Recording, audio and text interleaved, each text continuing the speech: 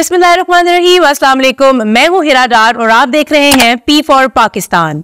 8 फरवरी 2024 यानी कि इलेक्शन का दिन खत्म हो चुका है। 24 घंटे गुजरने वाले हैं लेकिन अभी तक हतमी नताइज सामने नहीं आ सके। जी हाँ नाजरीन, इलेक्शन कमीशन अभी तक कोई आखिरी फैसला नहीं दे सके। 24 घंटे गुजर जाने के बाद अभी तक कोई भी खत्मी फैसला सामने नहीं आया। बेसिकली इलेक्शन कमीशन एक ऐसा इदारा है जो 5 साल मुसलसल काम करते हैं। इस तरह नहीं है कि ये इदारा कुछ दिनों के लिए या कुछ महीनों के लिए खुलता है, काम हो जाने के बाद बंद हो जाता है।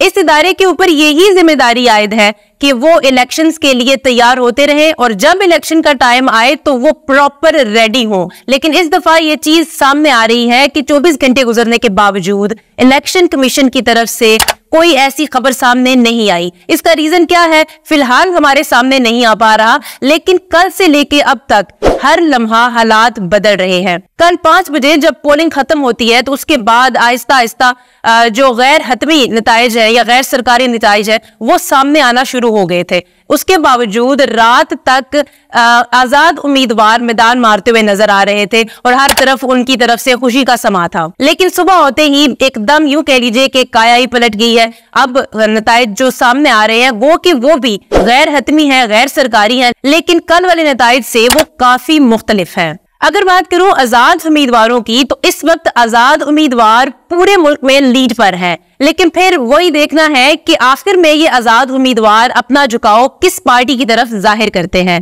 पूरे मुल्क में आजाद उम्मीदवारों को काफी परेशानी का भी सामना करना पड़ा। सबसे बड़ा मसला उनके वोटर्स और सपोर्टर्स को पड़ा। इलेक्शन के दौरान कौमी और सूबाई असेंबली पर जो निशानात दिए गए थे उनको पहचानना एक आम आदमी के लिए थोड़ा ज्यादा मुश्किल हो रहा था। अक्सर बैलेट पेपर्स के ऊपर एक निशान 2 दफा था, यानी कि जो निशान कौमी बैलेट पेपर पर था वही सूबाई बैलेट पेपर पर भी था। उसके बावजूद फिलहाल खुशी की बात यह है कि अवाम ने जिसको वोट डाला है फिलहाल वोट उसी का निकल रहा है। बट लेट्स सी, देखते हैं। अभी ये प्रोसीजर जारी है। जैसा कि मैंने आपको बताया कि कोई हतमी फैसला अभी तक सामने नहीं आया। यहाँ हम पाक फौज को भी याद करेंगे। पाक फौज ने बहुत खूबसूरती के साथ अपनी जिम्मेदारी निभाते हुए पुरअमन तरीके से इलेक्शन को जारी भी रखा और इख्तिताम तक भी पहुंचाया।